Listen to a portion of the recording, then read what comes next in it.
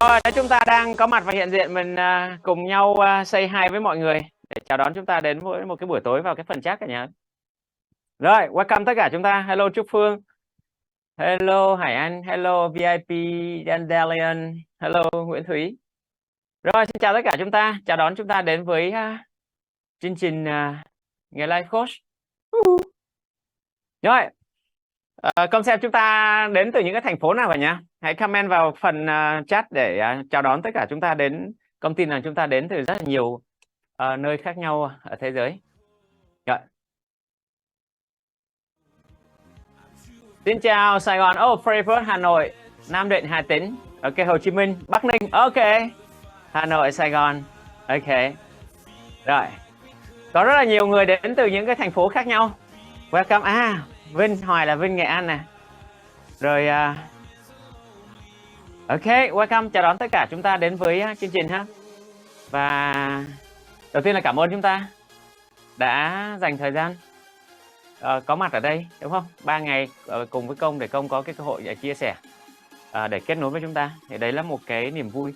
Bởi vì trên cái hành trình Công đi làm speaker, Công đi làm coach, không có cái điều gì mà nó khiến Công cảm thấy vui hơn khi mình được nói. Ok, không có khi mình được coach thì đây là cái niềm vui. Và Công hy vọng, đúng không? Trong 3 ngày chúng ta này cảm nhận thấy được cái niềm vui đấy, thấy được cái tình yêu của mình với cái công việc coach. Thì đấy là cái việc Công đã làm đúng cái công việc của mình rồi. Đó. Rồi, thế thì nhờ team kiểm tra xem thầy Đếp ấy chưa, nhờ Hà gửi link cho thầy Đếp giúp anh nhé. Hà gửi link cho thầy Đếp giúp anh. Đã gửi cho thầy rồi nhưng mà sao thầy vào rồi hả? Ok rồi. Và hôm nay rất là vui thì Khơi Công mời được người thầy của mình, thầy Dev. Thầy là một người master. Hey Dev, miss you. Ok, chúng ta cùng với Công chào đón thầy Dev và sẽ cùng chia sẻ với chúng ta trong cái chương trình này cả nhà. Wow. Yeah, welcome Dev. Rồi, ta cho một cái big welcome kiểu Việt Nam của mình sắp. Welcome cả nhà. Rồi, cùng welcome thầy với Công. Very nice, very nice. Thank you. Nice to see you.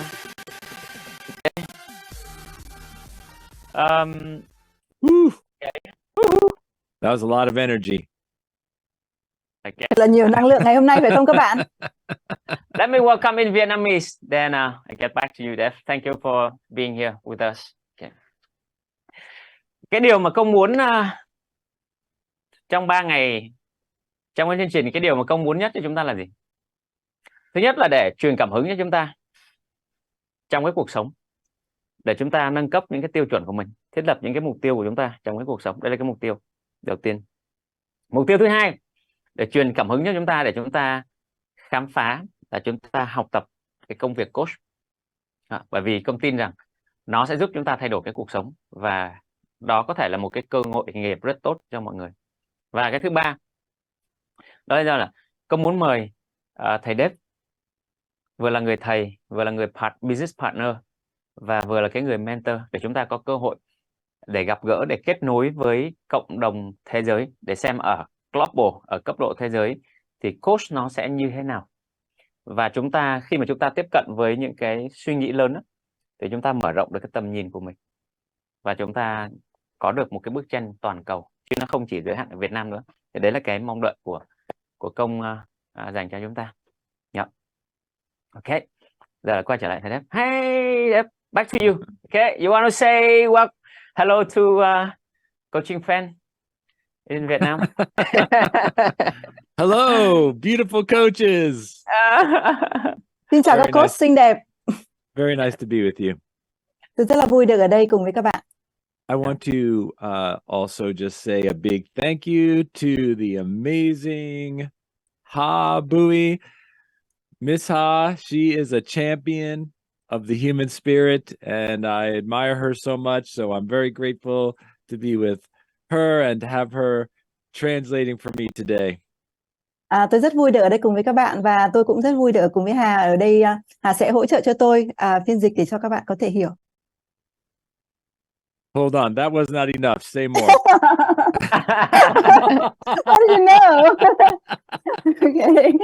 Ok. Cảm ơn Coach Dave đã dành một vài cái từ rất là đẹp dành cho Hà, và Hà cũng rất là vui. Cảm ơn Coach Dave. Okay, that's better. Okay, thank you. And I also want to thank the incredible, amazing Kong Tran. He is just the heart of coaching in Vietnam. He is a beautiful man, and I talk with Kong so much in the last few years. I just love him. So I'm very grateful to be here with him today. Tôi rất là cảm ơn Công và vì đã mời tôi đến đây. Tôi rất là ngưỡng mộ Công, bởi vì một vài năm trước đây tôi cũng đã nói với Công rồi là tôi rất là yêu anh ấy, và anh là một cái người mà có một cái tâm hồn rất là đẹp, và đấy là cái điều mà tôi cũng rất yêu quý ở anh ấy. Beautiful spirit there, thank you.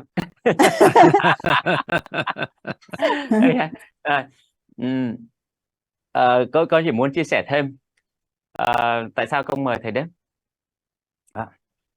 Mọi người biết Công là fan của Tony rồi. Đó. Công là fan của Tony về speaker, về coaching, là fan của thầy Đếp. Thầy Đếp hay nói vui là thời đấy Tony đứng ở số 8, tao là cái người số 7 ảnh hưởng đến nền coach thế giới. Thầy Đếp là gì ạ? Cái người được xếp ở vị trí số 7, là cái người influence trong ngành coach thế giới. Và Công rất yêu thích thầy ở cái góc độ thầy có một cái triết lý sống rất là playful, rất là vui chơi, và thầy nhìn mọi thứ nó rất là nhẹ nhàng, đơn giản để có một cuộc sống hạnh phúc. Thì chúng ta có thể cảm nhận trong cái hành trình với thầy. Và mục tiêu ngày hôm nay khi mời thầy đến là gì? Để thầy chia sẻ cho chúng ta cái cách thầy nhìn về coach, cái cách thầy tiếp cận với coach nó là gì, đúng không? Và trong cái hành trình này, thời gian có với thầy đến 10 giờ là có với thầy. Chúng ta đâu đó có khoảng 2 tiếng, thì thầy nói khoảng 1 tiếng, 1 tiếng rưỡi. Chúng ta có thời gian Q&A để chúng ta cố gắng download những cái kiến thức của thầy nhé cả nhà, đúng không? Chúng ta cố gắng download những cái kiến thức của thầy, cái cách thầy tiếp cận, cái cách thầy chia sẻ, thì đấy là cái mong đợi. Yep. Okay. I just share like the purpose to invite you. So All right. so we today is coaching party, right? We can let's get the party start. All right, coaching party. Yeah. Okay. I love it. Okay. Well, So where do we begin? oh yeah. Chúng ta sẽ bắt đầu từ đâu ạ? Nếu mà hôm nay là một bữa tiệc dành cho các coach thì chúng ta sẽ bắt đầu bữa tiệc, nhưng mà chúng ta sẽ bắt đầu từ đâu ạ? Okay, let me start. Okay. Thầy Đếp là một trong những cái người coach đầu tiên trên thế giới, và thầy cùng với Thomas Leonard phát triển trường Coachville. Trường hiện tại là VCI partner với trường Coachville. Đó. Và thầy coach những người lãnh đạo ở những công ty Fortune 500 và những người CEO. Và điều đặc biệt thầy Đếp là gì? Thầy đã là coach bóng đá trong 15 năm. Thầy thực sự là coach coach bóng đá nhé. Ok, nên chúng ta có thể thấy là cái triết lý của thầy trong cái việc đưa từ cái thể thao sang cái việc coach như thế nào. Ok, thì và chúng ta hãy cùng lắng nghe cách thầy tiếp cận coach như thế nào. Ok, hi Đếp. I just opened the intro. So now it's your turn.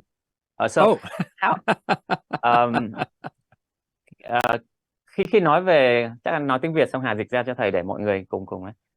Khi nói về coaching, đó, thầy là một cái người pioneer trong lĩnh vực coach. Thì cái cách thầy nhìn coaching như thế nào và cái cách thầy tiếp cận như thế nào, có cái điều gì đặc biệt trong cái tinh thần mà thầy coach? Yeah. How do you approach the coach as for the first step before you become a professional coach? And how about your view, the point of view of becoming a coach? Okay, wow. Becoming a coach. Coach. And the spirit of coaching, the way you see coaching and the heart of coaching. Yeah. Aha. Okay, this is a big question. First of all, I love everyone who wants to be a coach. Đây là một câu hỏi rất là lớn, và có một cái điều đầu tiên tôi muốn nói với các bạn là tôi rất yêu những người đang mong muốn trở thành coach. It is a great honor to be a coach for another person. And so when you want to be that person and be honored, it's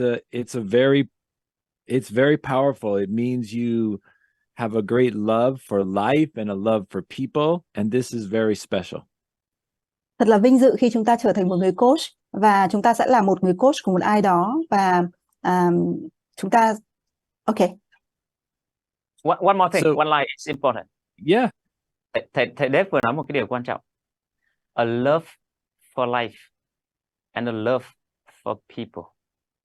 Khi chúng ta theo đuổi cái công việc coach, chúng ta có cái tình yêu đối với cuộc sống và có tình yêu đối với con người. Đối với công nó là cái điều rất là ý nghĩa, và khi công coach với thầy 3-4 năm mà công kèm cặp thì công thấy được cái tình yêu đấy ở thầy. Continue that. I just echo what you just said. All right.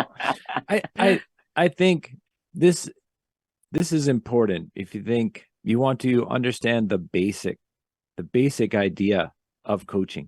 So if you, for example, if you love practicing tennis, if you love playing tennis, then you want to help other people play tennis so you can become a tennis coach, playing tennis with the racket. So share this idea first. Okay. Điều đầu tiên là chúng ta cần phải hiểu được về cái thế nào gọi là cái khái niệm về coach một cách cơ bản.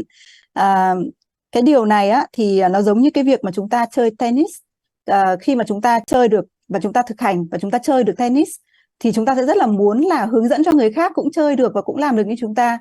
Tất nhiên là chúng ta có thể chỉ cần dùng vợt và bóng là chúng ta có thể tập được, nhưng nếu chúng ta có một người coach, một người huấn luyện viên để giúp chúng ta chơi tốt hơn thì đó là cái điều mà tôi đang nói đến.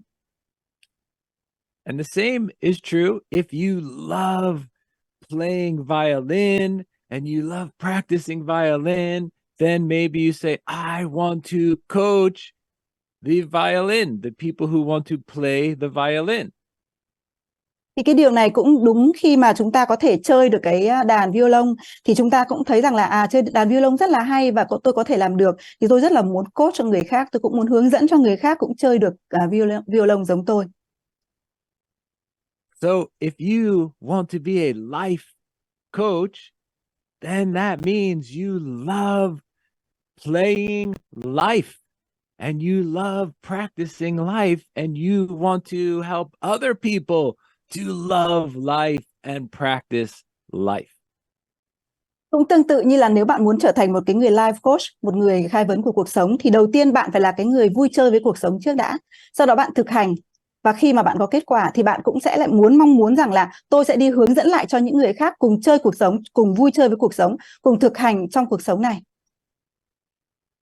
So this is the important thing, as I was saying, and Kong amplified, is that it starts with this love of life. If you want to be a life coach, you have to love life and love people. It's so important that you understand this is the basic idea. Và đây cũng là cái điều mà Công cũng rất là nhấn mạnh khi mà nói về cái khái niệm về life coach. Đó là khi mà chúng ta có một cái tình yêu cuộc sống, chúng ta có tình yêu với con người, thì chúng ta cũng sẽ đem cái tình yêu này đến cho những người khác. Đó là cái tình yêu cuộc sống và tình yêu của con người. Okay, so one thing I have been saying when I share about coaching that is very important is practice. If you love coaching tennis, you have to love practicing tennis. And if you love violin, you have to love practicing violin. So, what does this mean? If you are a life coach, you have to love practicing life. Có một cái điều rất là quan trọng mà tôi muốn nói với các bạn ở đây á, là nếu mà chúng ta là một người life coach thì cũng giống như là một cái vận động viên mà chơi tennis thì chúng ta cần phải có một cái sự luyện tập. Chúng ta phải luyện tập chơi tennis. Nếu chúng ta chơi violon và chúng ta muốn chơi tốt violon thì chúng ta cũng cần phải luyện tập để chơi violon. Tương tự như vậy, khi bạn là một cái người life coach thì việc đầu tiên bạn cần phải luyện tập để chơi với cuộc sống. Yeah. Can you give an example, Dave? Of Because course. when you say practicing life, Yeah. In translating into Vietnamese, it's a little bit difficult in terms of the language. But Well, this what is is why the I example of practicing life that you talk about? this is why I give the example of tennis and violin. So you have to imagine, or even to wonder, like, oh, how do we practice life? How do we do this? And so this is a big question.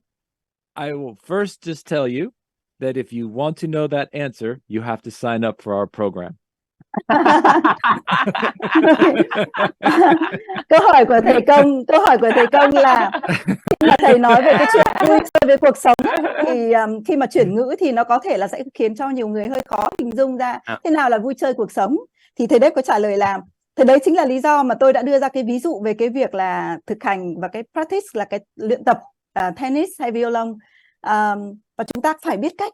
Vậy thì làm thế nào để biết cách chơi với cuộc sống? Thì các bạn hãy đăng ký vào cái chương trình Legacy của cùng với VCI, các bạn sẽ hiểu ạ. Thì đấy là cái điều thầy Dave vừa nói ạ. This is a big transformation. This is first time I see you sell on the stage. Đây là lần đầu tiên thầy Dave sell ở trên stage như này ạ, trên một diễn đàn như thế này ạ. Okay.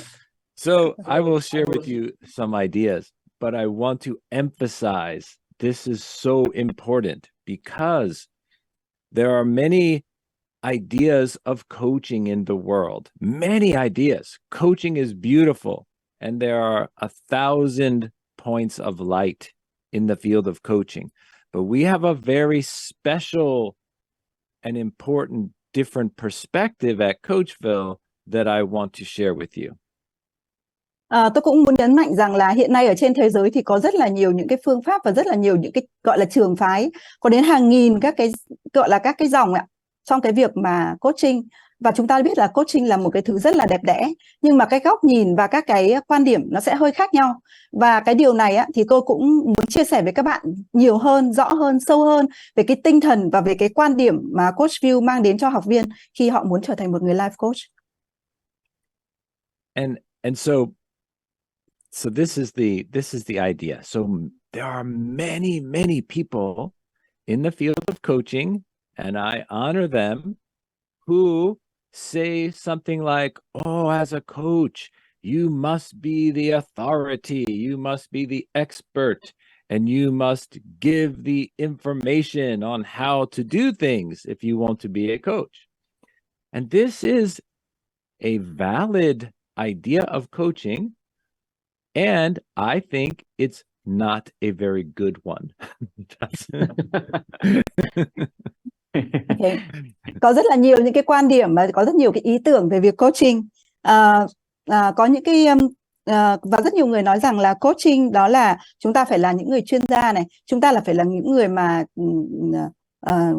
có thẩm quyền, có thể có thẩm quyền này, và cách chúng ta phải coach như thế nào này, rồi cái cách mà chúng ta sẽ giúp đỡ mọi người như thế nào. Thế thì đó là những cái ý tưởng mà tôi rất là tôn trọng và tôi rất là ghi nhận những cái ý tưởng đó. Tuy nhiên đó cũng không phải là cái ý tưởng mà tốt nhất về coach trong cái lĩnh vực coach.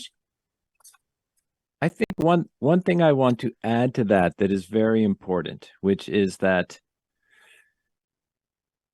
life is changing a lot in the world, and how we as humans are interacting with each other, and how we are living our lives, what we think is the best way to live life, is changing and changing so fast.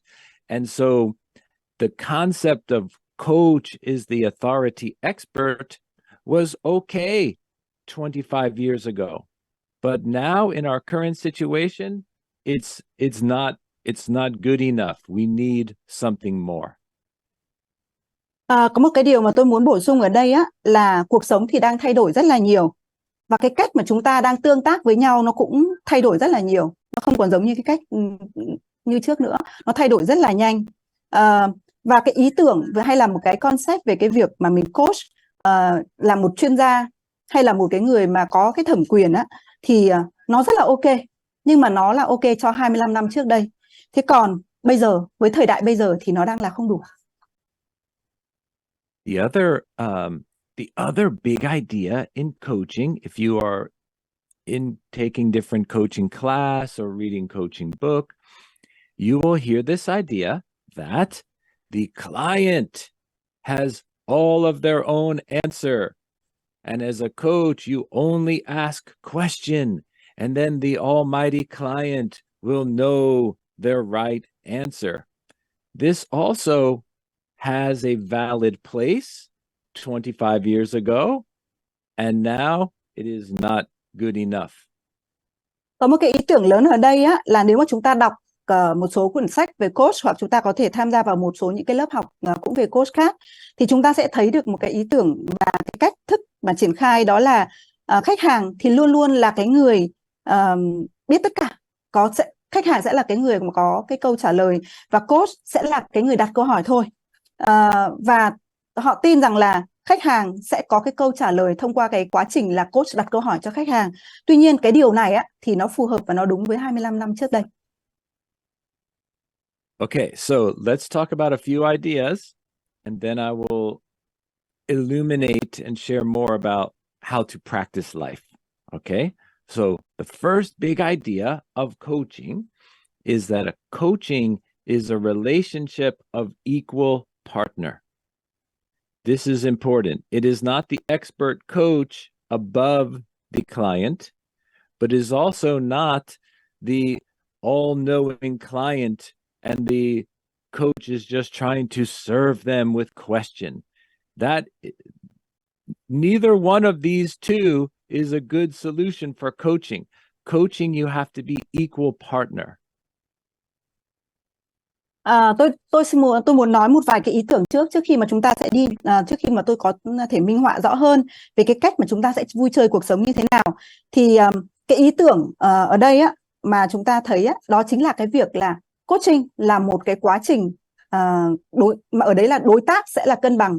Có nghĩa là không có người coach ở trên hay là người coachee ở dưới, không có chuyện là coach chỉ đặt câu hỏi và sẽ phục vụ khách hàng bằng chỉ mỗi việc đặt câu hỏi và khách hàng sẽ là người đưa ra cái câu trả lời. Ở đây tôi muốn nói đến đó là mối quan hệ cân bằng, ngang bằng giữa người coach và người khách hàng. So this is very important. When I talk about coaching and life and the way as human beings we want to live together, it's so important that we all learn how to live together as equal partner. Almost everything in life, the way it is today, in corporation, in schools, even in families, is hierarchy. Someone is above and someone is below. And this person must obey this person who is above them. And this has been the way of life for maybe a few thousand years, but now it's time we have to learn how to co-create life together to create the best world for everyone.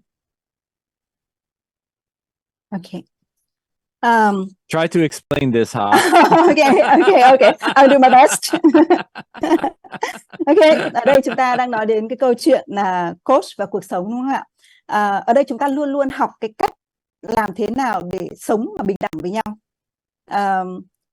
Trong cuộc sống hiện nay chúng ta đang sống á, thì nó sẽ luôn luôn có một cái là cái sự phân cấp.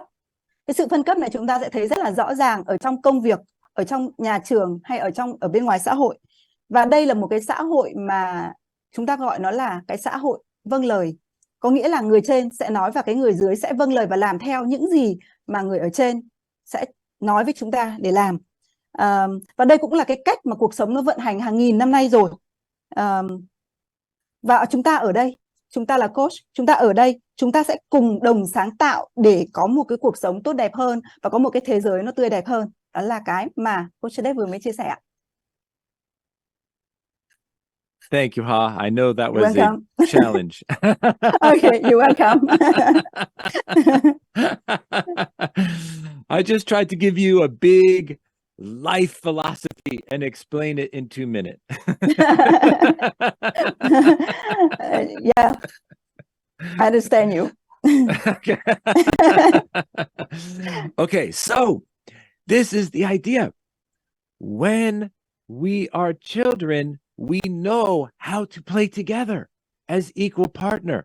We know how to do it. If you see little children play, they co-create, they have fun together, they have ideas, they have vision, and they co-create, they respect each other, they honor each other. But then what happens is in school, in business, in job, we stop co-create and we must obey the authority.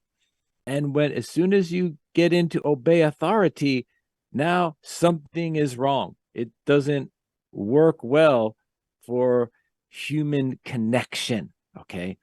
So what I'm going to talk about is when we talk about how do you practice life, you practice human connection. This is how we practice life.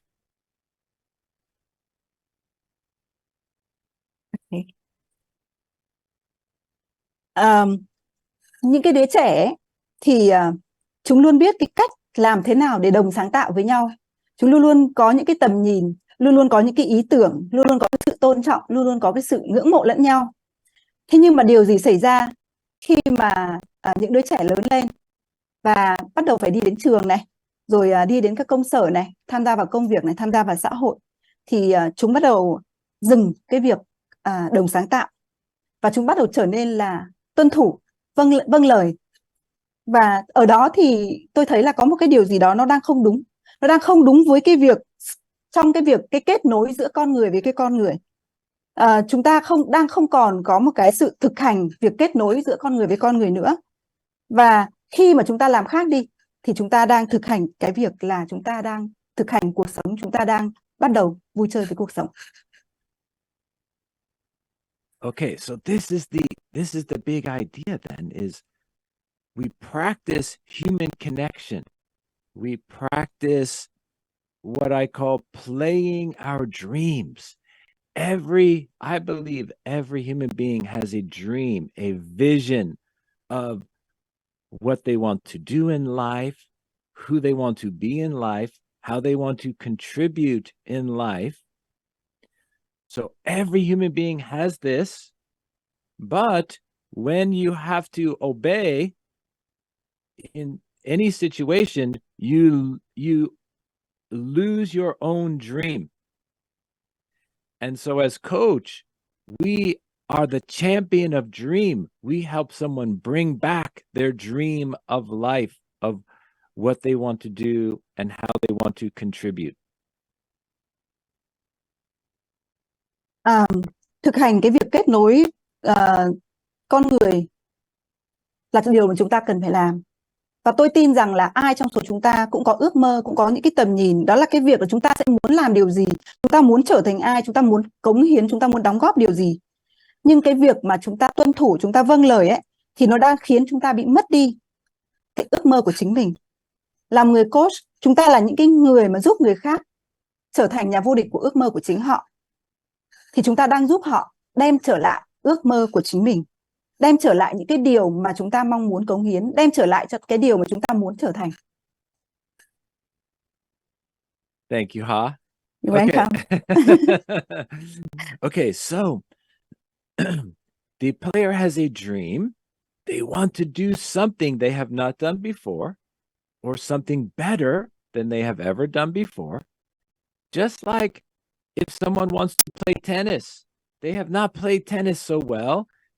They have a vision. I want to play tennis really well, or I want to play violin really well.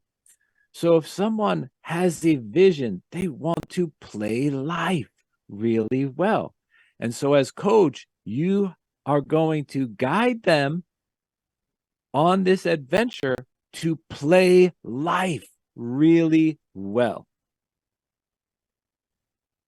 Okay. Ai cũng có những ước mơ, và cái ước mơ đó là cái việc mà chúng ta sẽ trở nên tốt đẹp hơn so với trước đây. Ví dụ giống như là một cái người mà chơi tennis thì họ có một cái tầm nhìn và họ nghĩ rằng là họ thấy rằng là tôi có thể chơi tốt hơn, hay là một người chơi violon thì họ cũng có một cái mong muốn rằng là tôi sẽ chơi tốt hơn như thế này. Cũng giống như là một người có một cái cuộc sống và họ muốn có một cái cuộc sống tốt đẹp hơn. Là một người coach thì chúng ta sẽ hướng dẫn họ tham gia vào một cái cuộc hành trình, một cuộc phiêu lưu để cuộc sống của họ trở nên tốt đẹp hơn.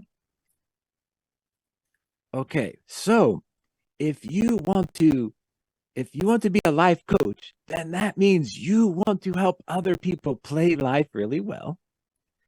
But also, you have to play life really well. Okay, this is very important. And so in our program at Coachville, it's 2-track. It's you have to learn how to play life again, because most of us forgot how to play life, and also coach life. So you have to be a player and a coach. At Coachville, you are a player and a coach at the same time.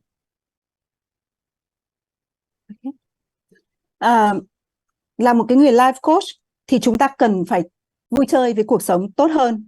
Cái điều này chúng ta hướng dẫn cho, là một người coach, chúng ta hướng dẫn cho những người khác vui chơi với cuộc sống tốt hơn, thì bản thân chúng ta cũng phải là cái người vui chơi với cuộc sống. Và khi chúng ta làm được cái điều này, chúng ta sẽ giúp được cho người khác, và điều này là điều rất là quan trọng. Và ở cái chương trình của Coachville thì có hai cái track, có nghĩa là hai cái hướng để giúp chúng ta. Một là chúng ta phải là cái người chơi với cuộc sống để có một cái cuộc sống tốt hơn, và cái thứ hai chúng ta sẽ là người coach về cuộc sống.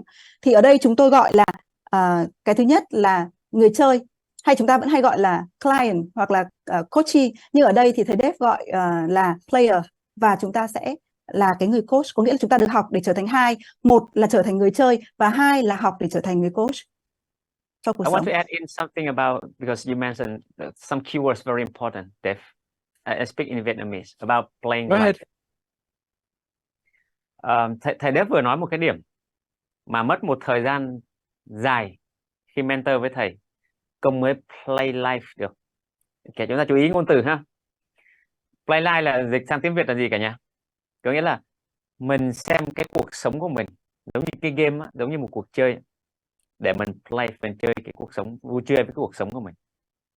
Thì đa phần ngay cả cuộc sống của công trước kia cũng rất nhiều người là mình xem cuộc sống là một cái thứ gì đấy rất là serious, rất là nghiêm túc, là những cái dự án, là những cái thứ mình cần phải đạt được achievement, là những cái thứ mình work làm, chứ nó không phải là cái thứ gì mình có thể play. Khi mà chúng ta nghe cái từ play thì chúng ta cảm thấy gì cả nhá? Giống như chúng ta ra sân chơi đá banh nhá, nó vui tươi đúng không, nó hào hứng, nhưng tất cả mọi thứ là task, là dự án của mình, nhiệm vụ là task, project, achievement, thì nó thiếu đi mất cái sự kết nối với cái ước mơ của mình. Và một trong những khái niệm á, nãy thầy Dave nói hai cái track á, hai cái hướng đó, để mình giúp cho người khác, mình phải play life, tức là mình chơi với cái cuộc sống của mình có cái cảm hứng, sau đó mình coach cái người khác để họ chơi tốt cái cuộc sống của họ. Thì đấy là cái thứ mà công muốn cộng thêm vô. Và đấy là cái từ play life công không nghe ở đâu ngoài thầy Dave. Công đi học rất nhiều trường coach, mười mấy 20 mấy trường rất là nhiều những cái người thầy, nhưng mà thầy Dave là cái người dùng một cái từ này một cách rất là có chủ đích, play life. Và khi dịch sang tiếng Việt thì nó có vẻ hơi weird một tí, nó có vẻ nó lạ so với cái ngôn từ của chúng ta, nhưng mà cái hồn của nó thì nó rất là tuyệt vời. Okay, I just sell the keywords play life for you. Oh, thank you. Okay, so I want you to think about this. So you are a coach, you love playing life, you love practicing life.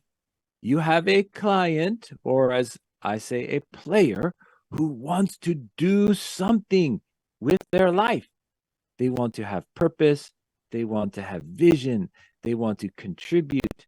They want to feel belonging. They want to feel love. They want to be free. Human beings all want these things, but everyone will go for them in their own unique way. Là một người coach thì bạn đầu tiên bạn là cái người phải yêu thích cái việc chơi đã, và thực hành cuộc sống.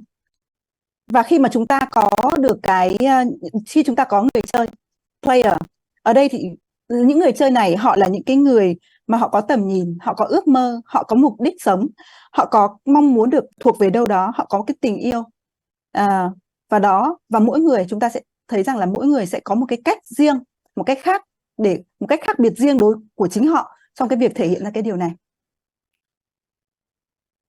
Okay, so you have this player, they have a dream, they want to do something, they want to express themselves. As the coach, you have to think, okay, I know how I would do it, but I don't know how you are going to do it. That's the key. It's called playful co-creation. Playful co-creation means the player does not know exactly how they are going to do it, and the coach does not know exactly how they are going to do it, but the coach has wisdom and knowledge that they can share so that the player can figure out their unique way to play their dream. Người chơi thì họ có ước mơ và họ muốn đạt được cái ước mơ của họ, họ muốn thể hiện bản thân của họ. Còn người coach thì chúng ta là cái người tôi biết là tôi có thể giúp bạn.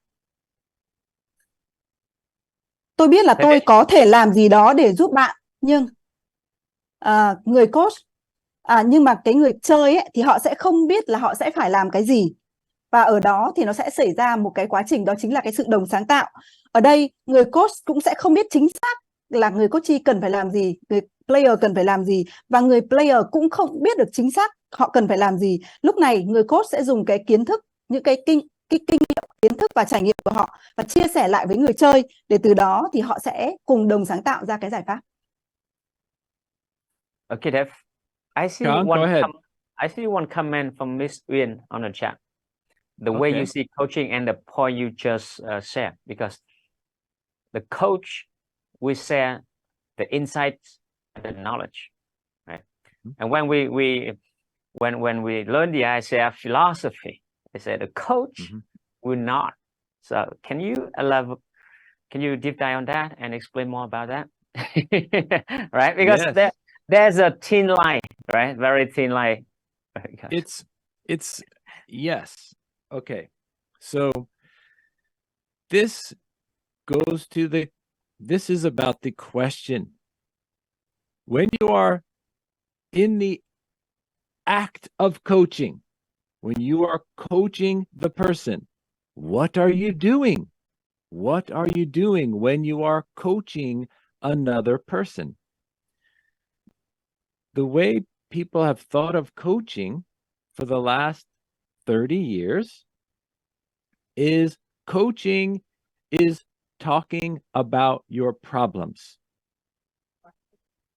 That's what coaching is. You talk about your problems. Oh, what is your problem?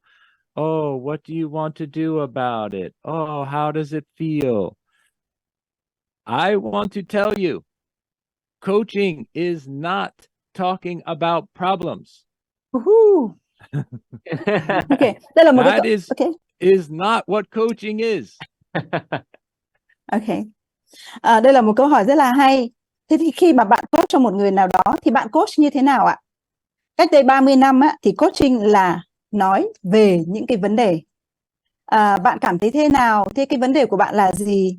Và bạn sẽ làm gì để giải quyết cái vấn đề này? Nhưng mà thực chất đó không phải là coaching. Thực chất là đó không phải là coaching. So this is very important. It is very good for people to have someone they can talk to about their problems. For many people, this is very important. This is why we have therapists. This is why we have counselor. They are the ones to talk to about your problem. But this is not coach. We are not therapist. We are not counselor. We are coach. It's different. Thật là tốt để có một ai đó lắng nghe những cái vấn đề của mình. Và chính vì thế mà người ta mới có là những cái người tham vấn này, hay là có những cái chuyên viên trị liệu này. Nhưng mà đó không phải là coach. Chúng ta là coach thì chúng ta không phải nói về những cái vấn đề. So I want to answer the question about ICF. I will answer that in a few moments. I won't forget. Okay. It's a very important question. But I want to just share with you a little more about the act of coaching in our new vision, next generation coaching. So you will see the difference. Tôi cũng sẽ nói với các bạn về khi mà chúng ta là một cái người coach và trong cái cách mà chúng ta coach ấy, đối với ICF, và tôi cũng sẽ nói với các bạn về cái coaching ở trong một cái thế hệ mới của coach, một cái next generation, tức là một thế hệ tiếp theo, đúng không ạ? Okay. Okay, so this is there's many things to talk about, but I just will share this idea. So when you are in the act of coaching, the player wants to do something that they have not done before. So what do? You do 3 coaching superpower. You cultivate trust and safety so that the person feels safe trying something new. You also facilitate growth. Growth is not the same as learning information. Growth is doing. You're going to do something. You grow by doing. Growing is not learning information. Growing is doing something in a new way. And the third superpower is called create awareness. You see something new. Aha, now I see it. So as a coach, you need to create a safe space to practice. You need to facilitate growth by practicing with them. And then you help them co-create awareness. You see a new possibility. Okay. Khi mà chúng ta thực hành coaching ấy, lúc này thì cái người chơi của chúng ta sẽ không biết, hoặc là sẽ chưa từng làm những cái việc mà họ mong muốn. Thế thì ở đây á, một người coach sẽ cần có một cái coach gọi là những cái siêu năng lực của coach. Nó gồm có 3 cái thứ. Cái thứ nhất đấy chính là cái việc là xây dựng niềm tin và sự an toàn cho cái người coachee. Và khi mà có một cái niềm tin và cái sự an toàn thì người coachee, người player sẵn sàng chia sẻ những cái điều từ trong đáy lòng của họ, từ trong tâm của họ, từ trong suy nghĩ của họ. Cái điểm thứ hai đấy chính là việc xây dựng điều thứ hai là giúp khách hàng có những cái cơ hội để phát triển. Thì cái sự phát triển ở đây á, nó không phải là mình việc học từ những cái thông tin hay là học từ những kiến thức. Phát triển ở đây là làm một cái điều gì đó mới, làm một cái điều gì đó theo một cái cách nào đấy khác đi. Và cái điểm thứ ba đó chính là sự đồng sáng tạo, sáng tạo ra cái nhận thức mới. Đó là khi mà cái người player của mình thốt lên rằng tôi đã thấy rồi, tôi biết rồi, tôi biết cách rồi. Tức là họ đã nhìn thấy một cái điều gì đó mới thông qua cái phiên coach của mình. Và như vậy đấy chính là 3 cái siêu năng lực của một người coach cần có để có thể giúp đỡ cho người coachee của mình, cho người player của mình. Yes. Okay. Thank you.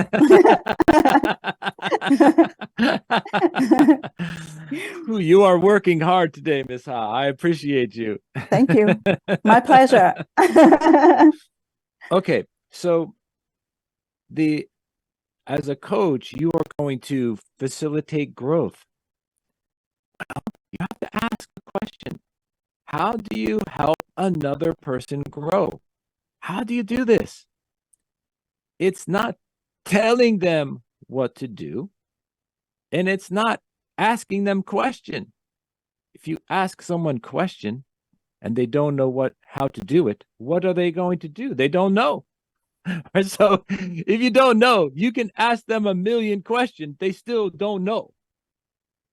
But at the same time, you can't tell them, because no one wants to be told what to do. No one wants someone telling them, you have to do it this way. So what do you do? I will answer that after Ha translate. Okay, thank you. Là một người coach thì chúng ta giúp cho khách hàng, cho người chơi của mình phát triển. Vậy thì bạn đang giúp người khác phát triển như thế nào? Thì nó không phải là việc bạn nói họ phải làm cái gì, hay là bạn đặt câu hỏi cho họ để họ làm cái gì đó. Bởi vì nếu mà bạn có đặt hàng nghìn câu hỏi mà về cái điều mà họ không biết thì họ vẫn không biết. Thế thì vậy thì bạn sẽ làm gì? Okay, so what do you do? The answer is you practice with them. You practice with them.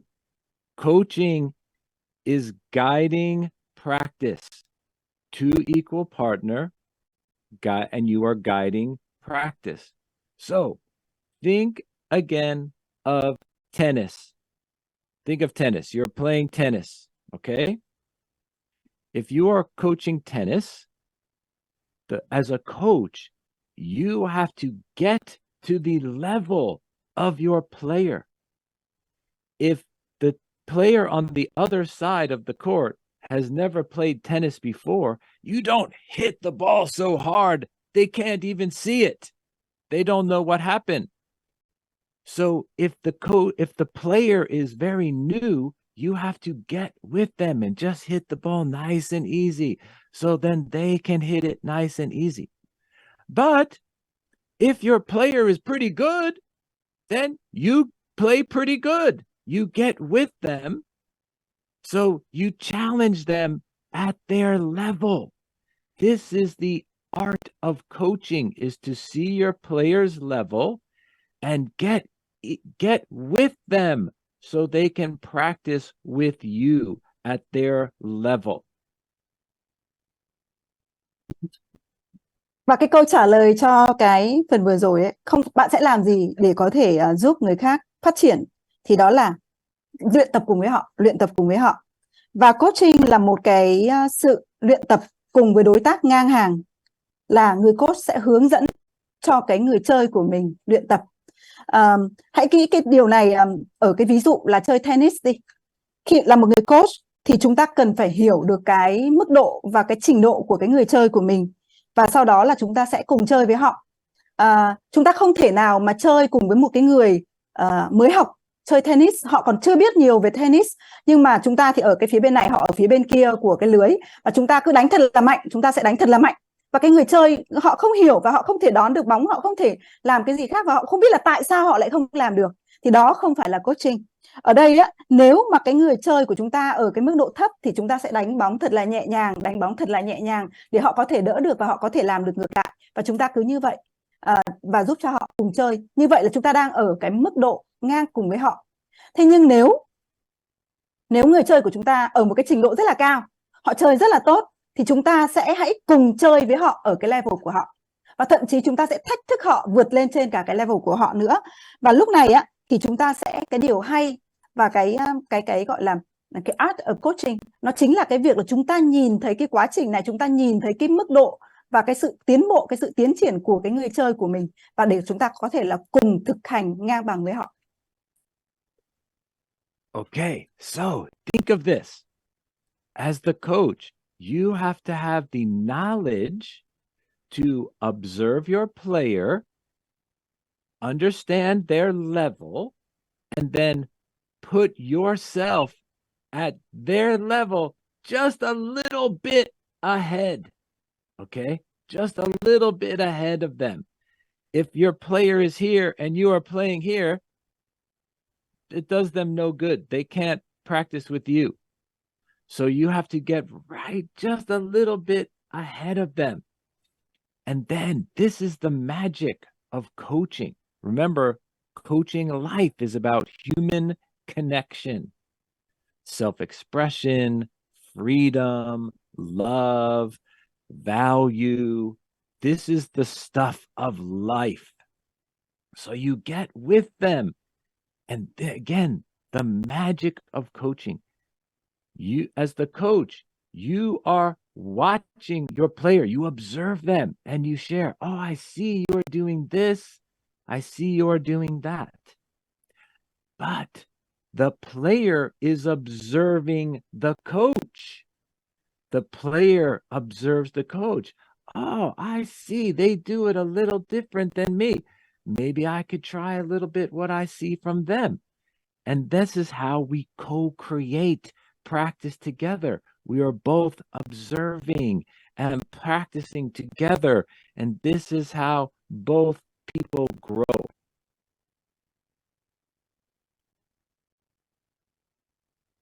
Là một người coach thì bạn cần phải biết cái cách quan sát.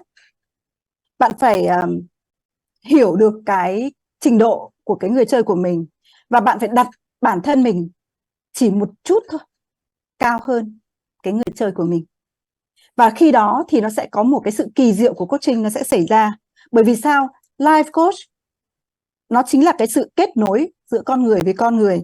Con người chúng ta có cái sự mong muốn cái sự tự do, chúng ta có tình yêu, chúng ta có những cái giá trị, và đó là những cái điều trong cuộc sống này. Và khi mà bạn quan sát người chơi của mình thì người chơi của bạn cũng sẽ quan sát bạn. Họ sẽ nhìn thấy là bạn làm cái điều này, bạn làm cái điều kia. Và khi mà cái người chơi của bạn khi mà bạn quan sát cái người chơi của mình thì bạn sẽ nói rằng là tôi thấy bạn đã làm được cái điều này, tôi thấy bạn đã làm được cái kia. Và ngược lại, người chơi của bạn cũng sẽ quan sát bạn trong cái cách bạn chơi, và họ sẽ thay đổi, họ sẽ tự điều chỉnh họ một chút, từng chút một. Và khi mà chúng ta cùng quan sát và chúng ta cùng thực hành thì cả hai người cùng phát triển. Beautiful. Okay. Thank you.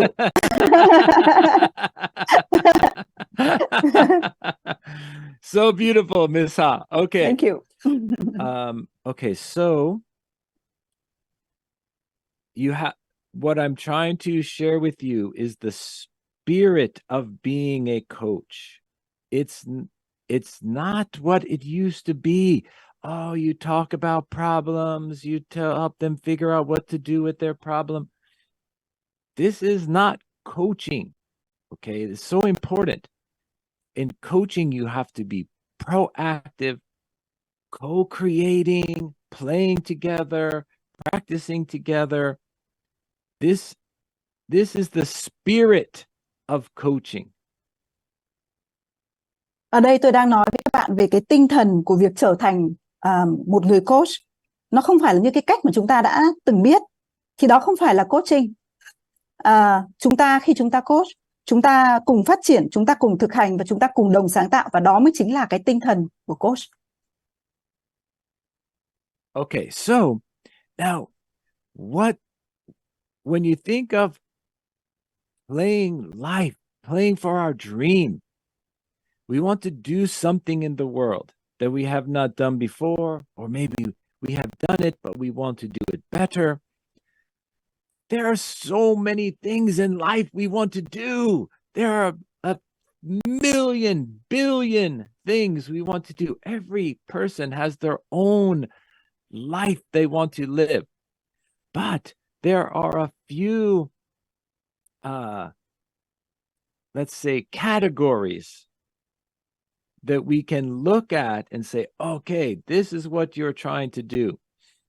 And I want to I'm going to paste these categories in the chat. So when someone has a dream, they want to do something. The first thing they have is they have an idea, they have a vision. Oh, I want to have a business. I want to be a better leader. I want to have a better job. Coaching can do all of these things. So if you want to have a business, or you want to be a better leader, there's certain things you have to do. First is you have to be able to, we call co-create for inspiration. You have to be able to share your idea with other people. If you're a business, you're a leader, you want a better job, you have to be able to share your idea with people. Then we have explore for visibility. You have to get out into the world. You have to be seen. You have to talk to people. So many of you, I know, you want to coach, and then what do you say? Oh, I have to get out there, but I am not getting out there. I don't know how you say this in Vietnam, but this is what people say. Oh, I want to get out there, but I'm not getting out there. So as a coach, you have to show people how. You have to help them figure out how they are going to get out there. This is called visibility. And then the last thing is relate for influence. If you want to do anything as a business, as a leader, in your career, as a friend, as a parent, you have to be able to relate with other people and have a positive influence on them. Oh, we want to do this together. Oh, we're going to do this or that. You have to influence people. All of us have to influence other people in a positive way. But this requires practice.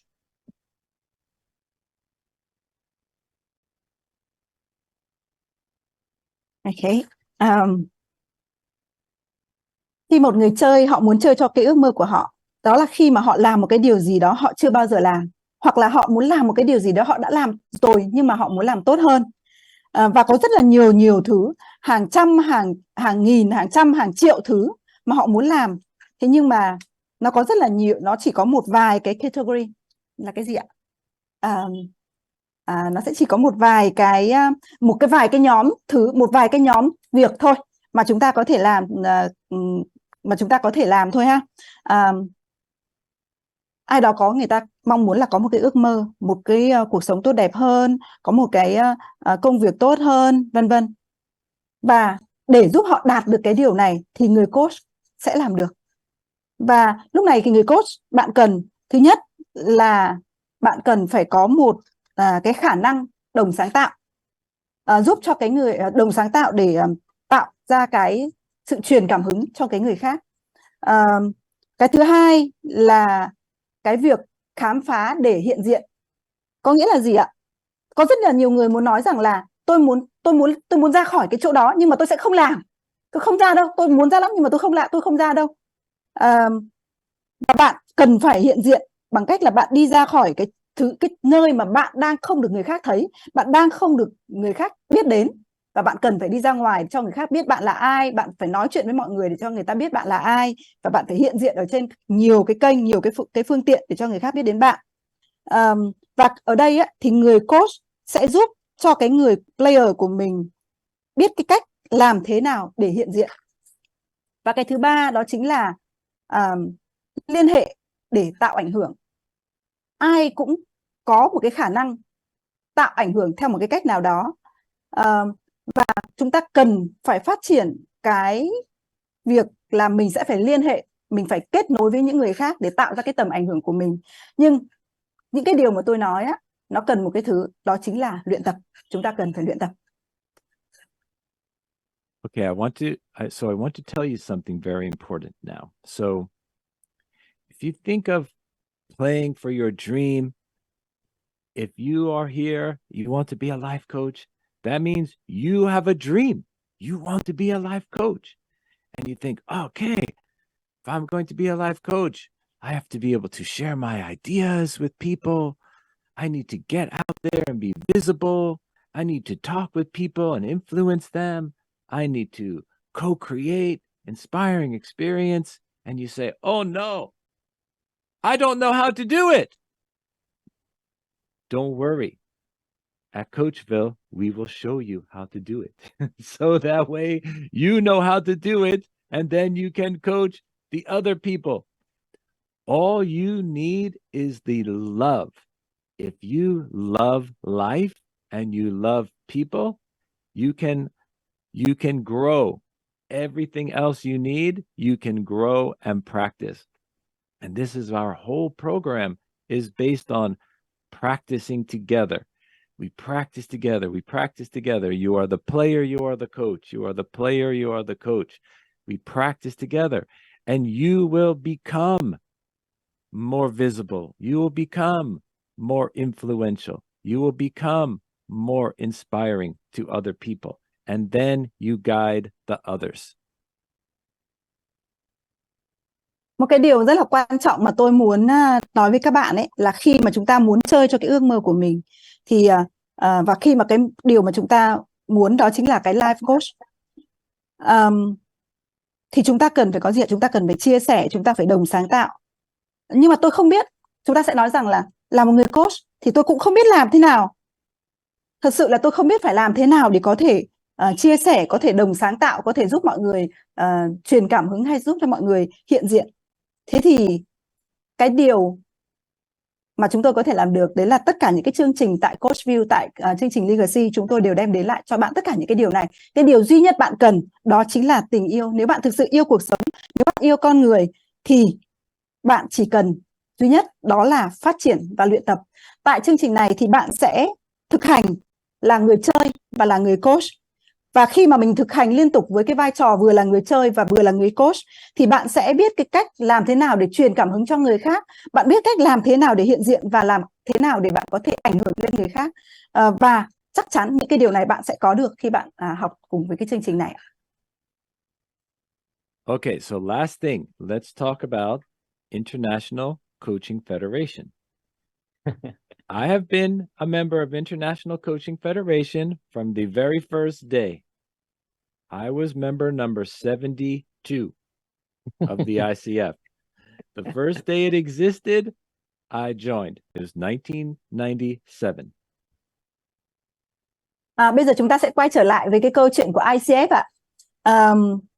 Thì với ICF thì tôi là một trong những người đăng ký đầu tiên, là cái thành viên đăng ký đầu tiên của ICF. Tôi còn nhớ như in cái ngày đầu tiên đó, khi ICF mở ra cái ngày đầu tiên thì tôi đã đăng ký, và tôi còn nhớ cái số thứ tự của tôi ấy, trong cái member number ấy, nó chính là cái số 72, và đó là vào một cái ngày vào năm 1997. So it's very important to know that the International Coaching Federation is a certification group, not a teaching group. They don't teach you how to be a coach. They only certify coaching. Okay? So think of this. Coaching life. There are a billion different ways to play your life. They cannot certify a billion different ways of playing life. It's impossible. There's also 10,000 coaching school. Every school has different method, different technique, different concept. They can't certify 10,000 different concept, different technique, different method. That would be impossible. So the ICF came up with just a little core. It's called core competency, a little core. And they say, okay, to get your certification, you just have to show us you can do this core. Don't do anything else because we don't know what you are doing. Just do this little core for your certification.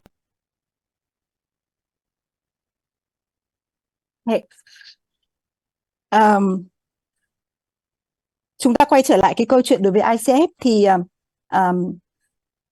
ICF là một cái tổ chức mà sẽ đứng ra chứng nhận và cung cấp những cái chứng nhận xác thực về cái việc coaching. Họ không dạy cách coach, họ không dạy về coaching.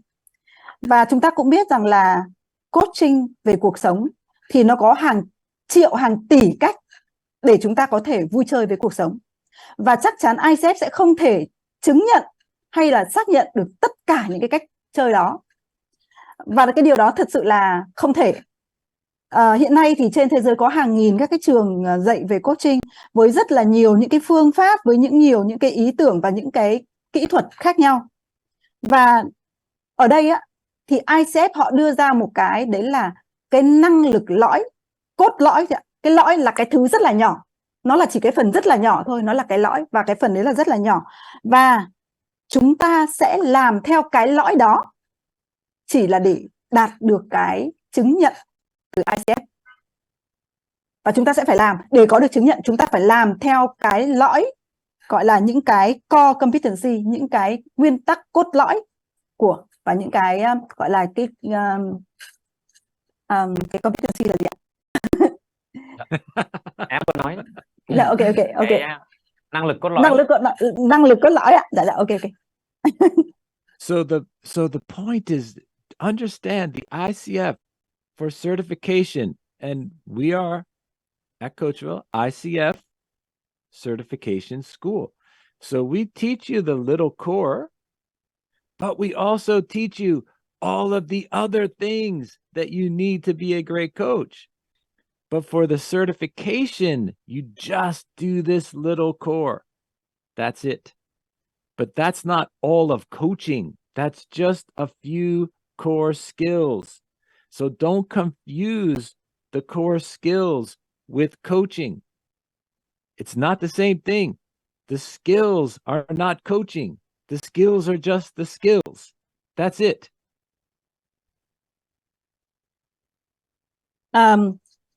ICF là nơi mà chúng ta sẽ có được những cái chứng nhận, và ở Coachville thì chúng tôi cũng sẽ dạy cho các bạn về những cái cốt lõi, những cái giá trị cốt lõi của ICF.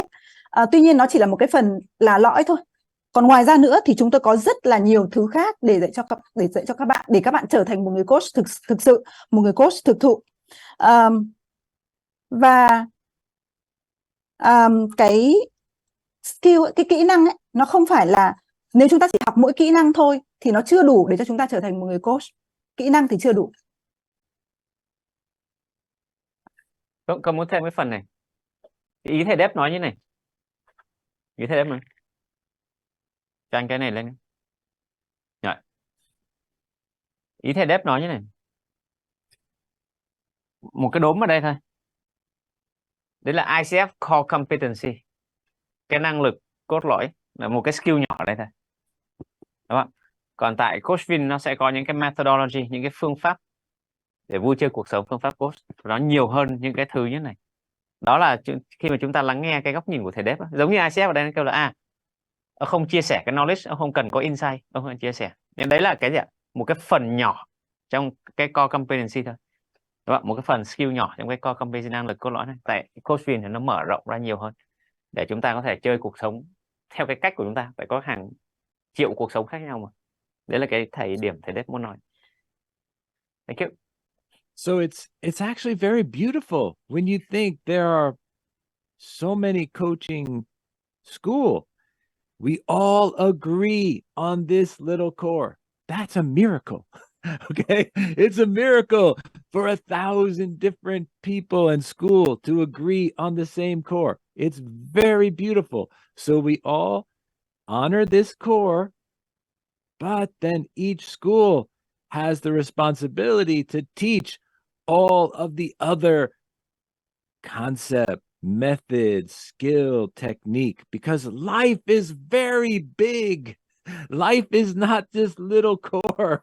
Life is very big. If you coach life, you have to be prepared to be very big, but you still have to know the little core.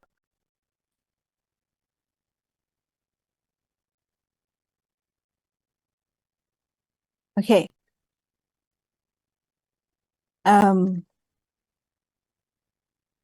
Các cái trường dạy về coach ấy, thì có một cái điều rất là thú vị là có rất là nhiều các cái trường coach, có đến hàng nghìn trường coach, họ đều đồng ý và họ đồng thuận với cái gọi là cái core competency đó của ICF, và điều đấy thì thật sự là rất là thú vị ha.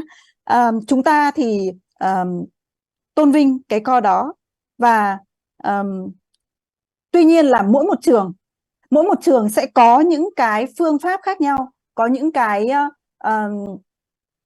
phương pháp này, có những cái concept khác nhau về coach. Bởi vì cuộc sống thì rất là rộng lớn, và chúng ta cần phải chuẩn bị để chúng ta trở nên lớn hơn, vững vàng hơn, lớn hơn, nhưng mà chúng ta vẫn phải nắm vững cái phần cốt lõi đó. Okay, Ha, I want to see you say life is very big. I think all people understand what you're saying. I just add in. I just want to see you do it. I want to see you. Life is very big. Yeah. Cuộc sống thì là một cái điều gì đó rất là lớn, rất là lớn.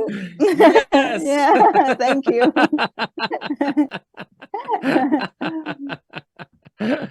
Okay, so the question that we talked about at the beginning. Oh, how do you practice life? How do you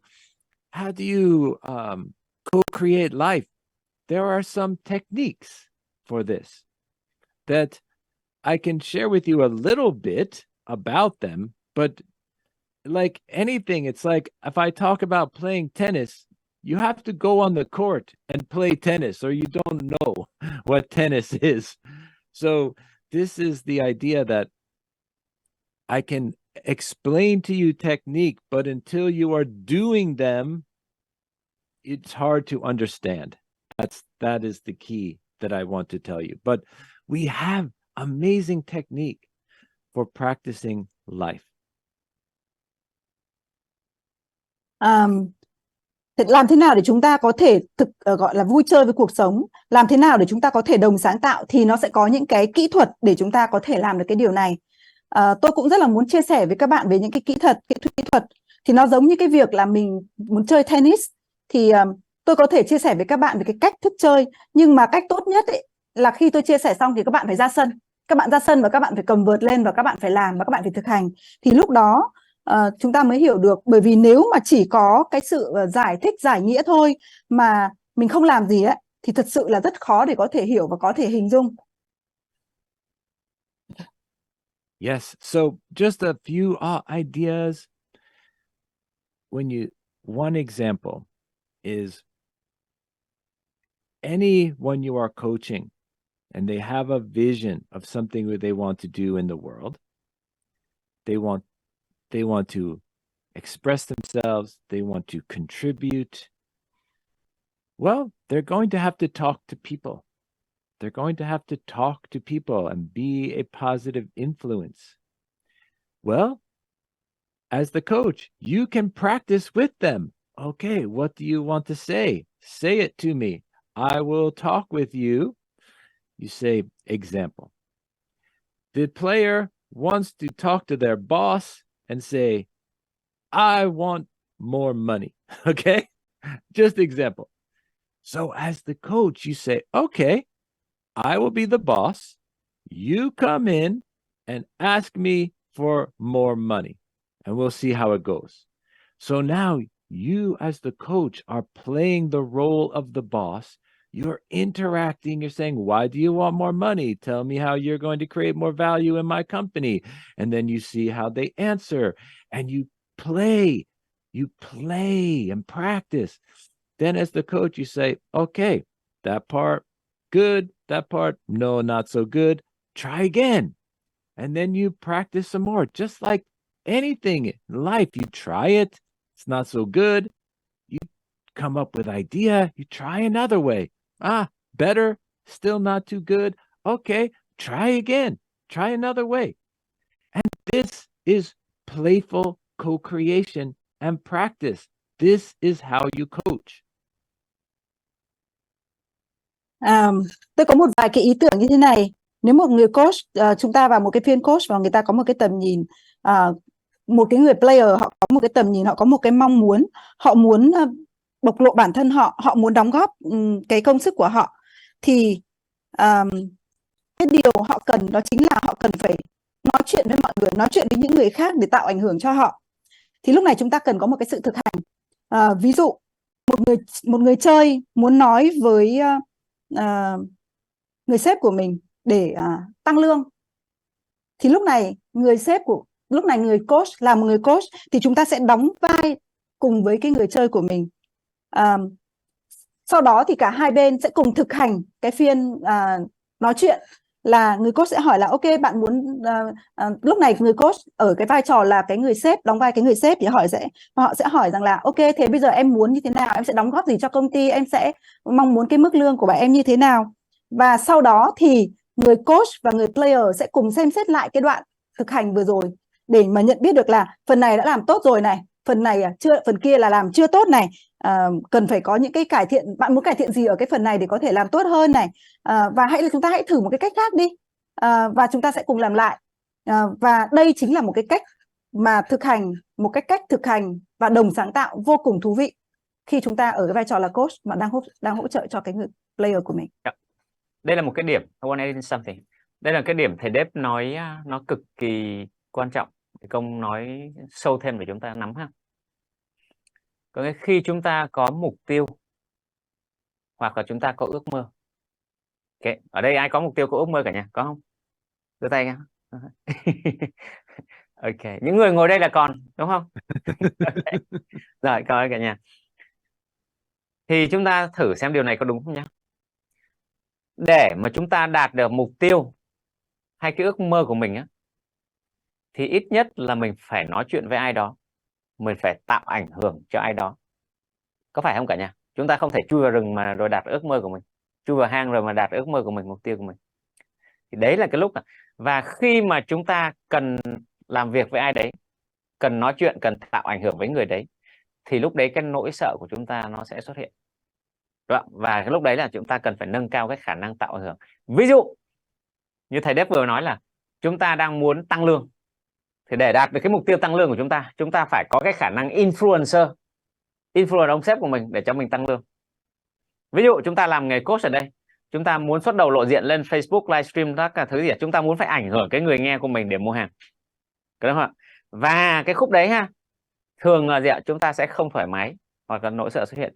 Thì cái lúc đấy cái vai trò của ông coach á, là ông giúp cái ông coachee á, mà Hà Bùi đang dịch ở đây là player là người chơi, hay là coachee hay là khách hàng thì nó là một ha.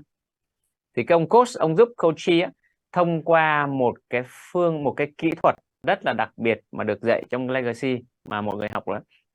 Những người học thì sẽ biết. Thì đấy là một cái kỹ thuật practicing, nó gọi là role play, kỹ thuật đóng vai. Ngay cả đóng vai thì nó sẽ có hai cái kỹ thuật: đóng vai thông thường và đóng vai ở cái mức độ chuyển vai.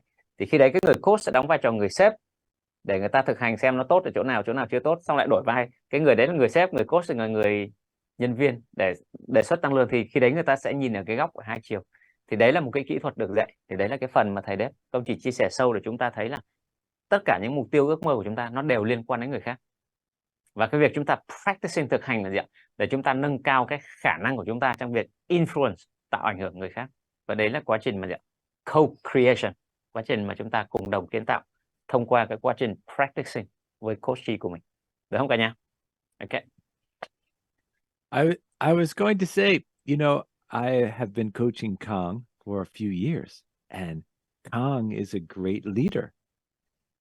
But sometimes Kong says, "Oh, I want to tell this to my marketing team. Or, I want to say this." And I say, "Okay, let's practice. I will be your marketing person. Come and tell me what you want to say." And I listen and I I ask thought them coaching is questions. confidential đấy. Yeah. Exactly. I'm just giving examples. It's fun, just fun. So then I say, "Kong, when you say this to me, this is how I feel. Is Yeah. this how you want me to feel?" And he says, "Oh, no, I don't want you to feel that." I say, "Okay, try again." And we practice back and forth. So until he says something and I say, "Yeah, okay, that feels pretty good. When you say that to me, I feel seen, I feel respected. Now we can do something." This is coaching, because as the leader, as the entrepreneur, and whatever you want to do in life, you don't know how it's going to be until you practice and someone gives you feedback. I love your peak experience technique. Just amazing. It's amazing. Yes. Thầy Đếp vừa I'll mới try to explain this. Yeah, okay. Thầy Đếp có chia sẻ là thầy Đếp đã coach cho thầy Công rất là nhiều, và có những cái phiên coach mà khi thầy Công nói rằng là thầy Công muốn nói chuyện với team của mình, thì lúc này thầy Đếp có nói với thầy Công là ok thầy Công, thế tôi sẽ đóng vai là team của Công và Công sẽ nói chuyện với tôi về cái điều mà Công muốn nói nhé. Thế sau đó là hai người đã thực hành, và trong cái quá trình thực hành á, thì tôi có phản hồi lại cho Công rằng là khi bạn nói như thế này thì tôi cảm thấy thế nào, và tôi quay lại tôi hỏi là thế Công, là nếu mà nói điều đấy thì Công cảm thấy thế nào và Công thấy điều gì, có thể thử một cách khác không, làm cách khác không. Và cho đến khi chúng tôi cứ thực hành lại cùng với một cái cuộc hội thoại đấy, cho đến khi mà tôi nói là ok, đến cái đoạn này thì tôi thấy là tôi đã cảm thấy là như thế này, tôi cảm thấy được tôn trọng hơn, tôi cảm thấy được ghi nhận hơn, và lúc này thì đó chính là coaching. Và lúc này thì Công cũng đã tìm ra được cái cách của Công tốt nhất để Công có thể làm việc cùng với team của mình, nói chuyện với team của mình, và đó chính là cái cách mà chúng tôi coach với nhau. Thank you. The team just said there's some question because I know it's just 30 minutes left. Nếu chúng ta có những cái câu hỏi nào chúng ta có thể đánh vào phần chat ha. So you can see the question in the chat and you can scroll to and we can discuss about that. Of course. First,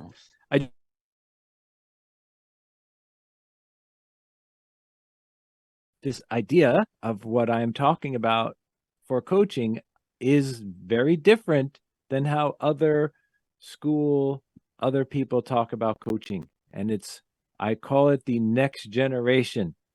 It's not to say that the other people's ideas are bad or wrong. It's just, I feel as the human culture, we need to raise our level in how we interact with each other in a new way. And this is what we are practicing at Coachville, is a new level of human connection. Cái điều mà tôi muốn chia sẻ với các bạn ấy, đó chính là một cái thế hệ tiếp theo của coaching. Chúng ta không còn nói về cái việc là ai đó tốt, hoặc là điều này tốt, điều này xấu, hoặc là điều này chưa được đúng lắm.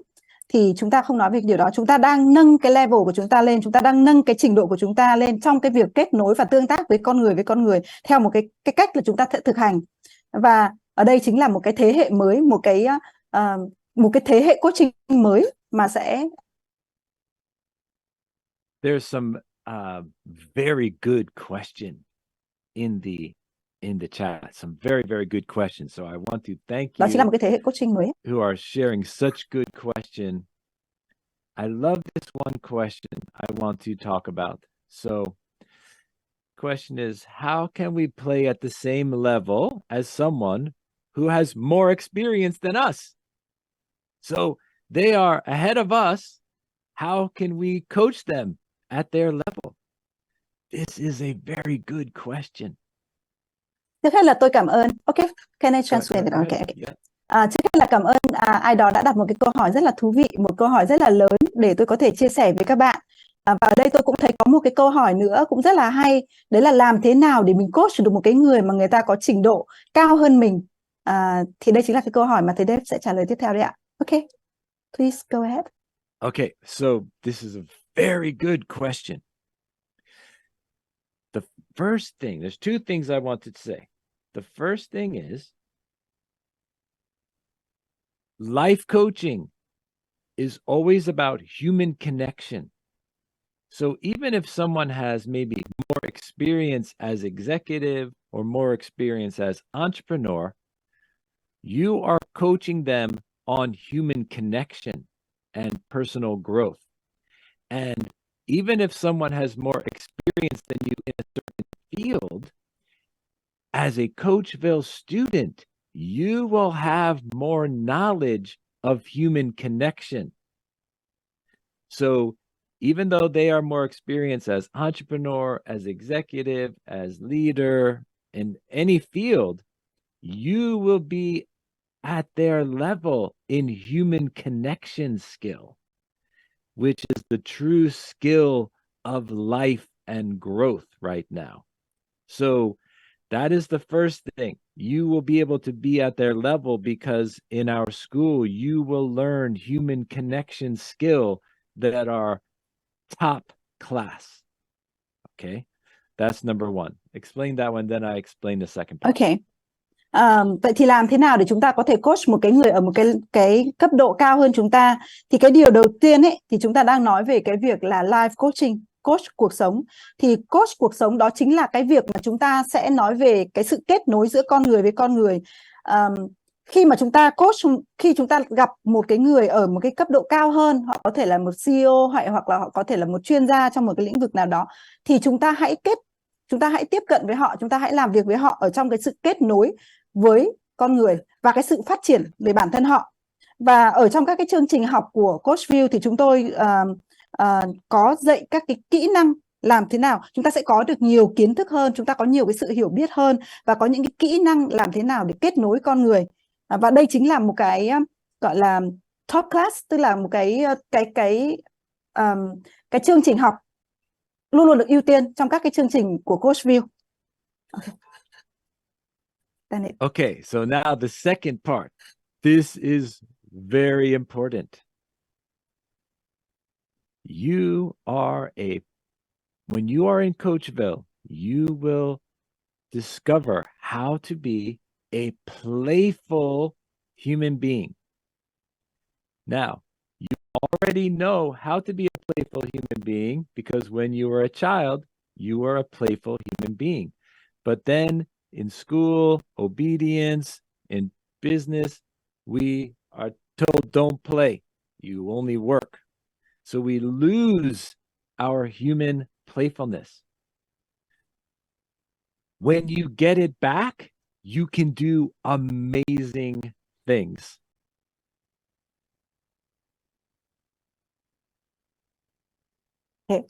Cái điều thứ hai ấy, là điều rất là quan trọng, đấy là chúng ta sẽ khám phá ra cái việc mà vui chơi cùng với con người thật sự của chính mình. Khi mà chúng ta là những cái đứa trẻ thì chúng ta biết cái cách làm thế nào để chơi với những cái tinh thần lõi nhất của chúng ta. Nhưng mà khi chúng ta lớn lên, chúng ta tham gia vào các cái lớp học, chúng ta tham gia vào các trường học, chúng ta tham gia vào các công việc, thì cái tinh thần chúng ta đang mất dần đi cái tinh thần vui chơi gọi là tinh thần vui chơi đầy nhân văn. Và khi đó chúng ta quay trở lại trường Coachville thì chúng ta sẽ được thấy được những cái sự đẹp đẽ và chúng ta sẽ gọi lại được những cái tinh thần vui chơi này. So I want you to remember when you were a child. Did you ever play a game something like, okay, I will be the starship captain and you will be the alien monster. And now we will have a conversation, okay? Did you ever do something like this? You did something like this. You have imagination. So when your player says, I need to have a conversation with the CEO of another company, he runs a $100 billion company and I want to talk to him. You say, okay, I will be the $100 billion CEO. And then you use your imagination to imagine, what is that person going to say? What is that person going to think? And then you play. Just like Starship Captain or Alien Monster. Okay. Hãy hình dung, hãy tưởng tượng khi chúng ta là một đứa trẻ và chúng ta chơi cái trò chơi ấy, là chúng ta lúc này là chúng ta là thuyền trưởng của một con tàu vũ trụ, còn bạn của mình sẽ là một con quái vật ngoài hành tinh. Thì lúc này chúng ta sẽ cần có một cái cuộc hội thoại. Thì lúc này cái trí tưởng tượng của chúng ta sẽ phát huy tối đa, đúng không ạ? Thì lúc này tương tự khi mà người chơi của chúng ta, khi mà coach của chúng ta nói rằng là họ muốn có một cuộc nói chuyện với CEO một cái công ty triệu đô, tỷ đô. Thế thì làm thế nào? Thì hãy hình dung, hãy tưởng tượng rằng là bạn đang nói chuyện với cái người CEO đó. Thế thì hãy hình dung xem là họ muốn bạn làm cái gì, họ muốn bạn nói cái điều gì, hay là họ muốn bạn hay là họ muốn nói điều gì với bạn. Thì lúc này chính là cái tinh thần, và chúng ta lúc này là lúc chúng ta chơi. So, for example, as a coach, I have had so many different roles. I have played one time, my client needed to tell their grandmother something very important. So I said, okay, I will be your grandmother. Now, what do I know about being someone's grandmother? I don't know nothing about grandmother, but I have two grandmother. I remember my grandmother and what they were like. So I use my imagination to be the grandmother so they could practice what they want to share with their grandmother.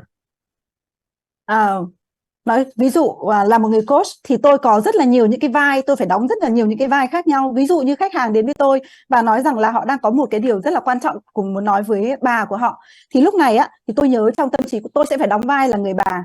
Thực ra là tôi cũng không biết là tôi không phải là bà, cho nên là tôi sẽ phải hình dung, phải tưởng tượng.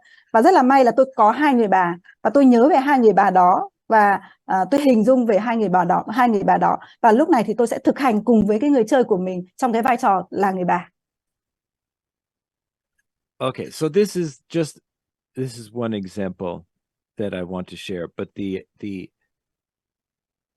I know this may sound like it's going around in circle, but you can practice practicing.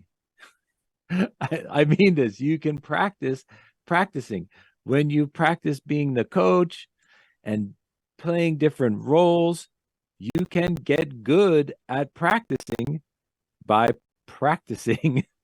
That I know that sounds strange, but that's literally the truth of what you have to do. Nghe nó có vẻ hơi lòng vòng, nhưng mà cái điểm mấu chốt ấy là chúng ta cần phải thực hành.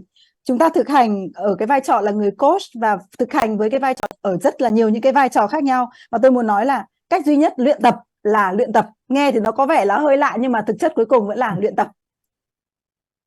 Thực hành ạ. So I want to answer another question someone asked about. Can you bring coaching, the spirit of coaching, into a business and organizational culture? This is a big question. Okay. And I think this is one of the most important things happening in the world today, is bringing coaching culture to organization. Because I want everyone to have a coach. I want everyone to have a coach, but many people, they will not pay for a coach. But if they have a coach approach boss, coach approach leader, then they get the experience of having a coach, even though it's inside of their company. And I think this is a very important way for companies to improve their culture.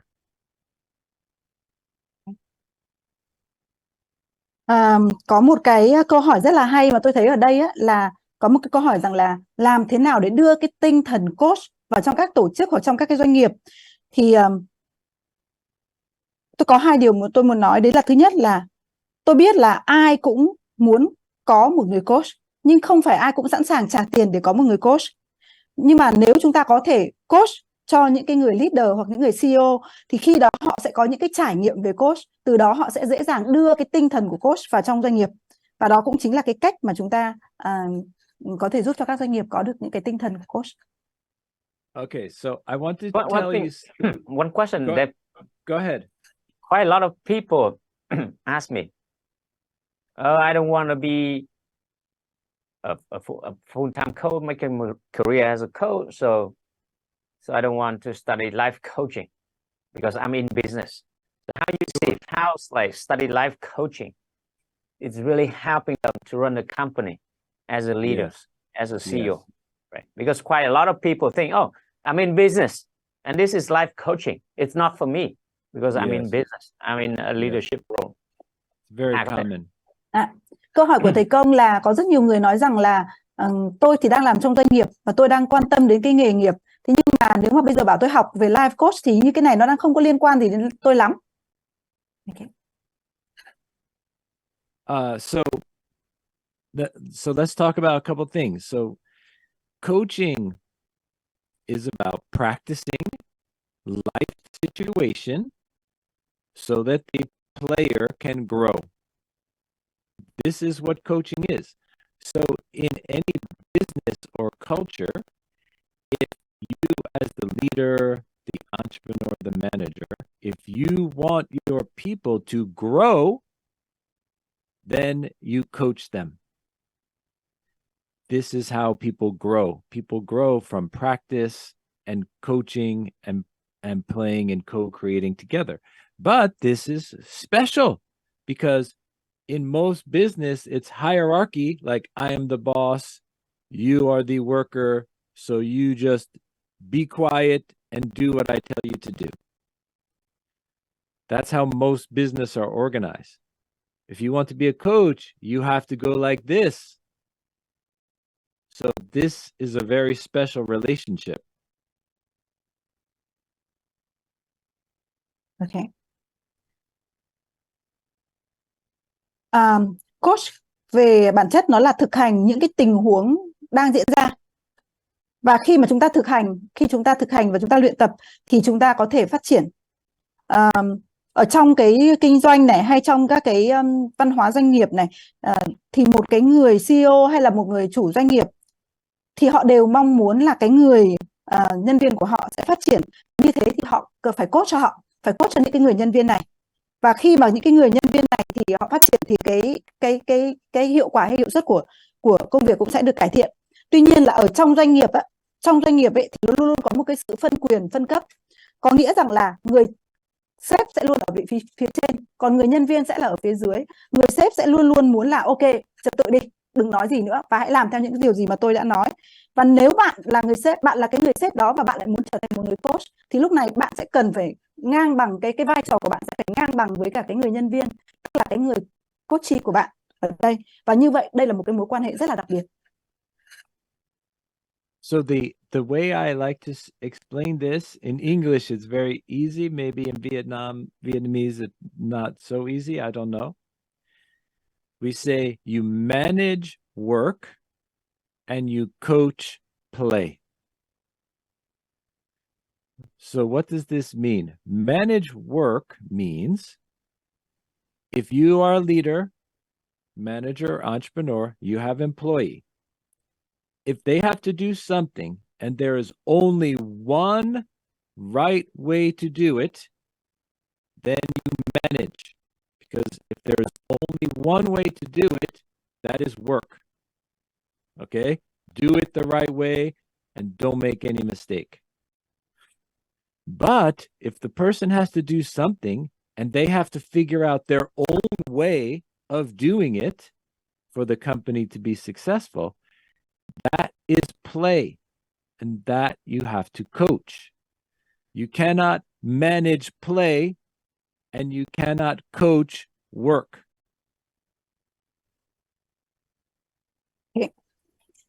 Có một cái cụm từ mà không biết là dịch sang tiếng Việt thì nó có dễ không?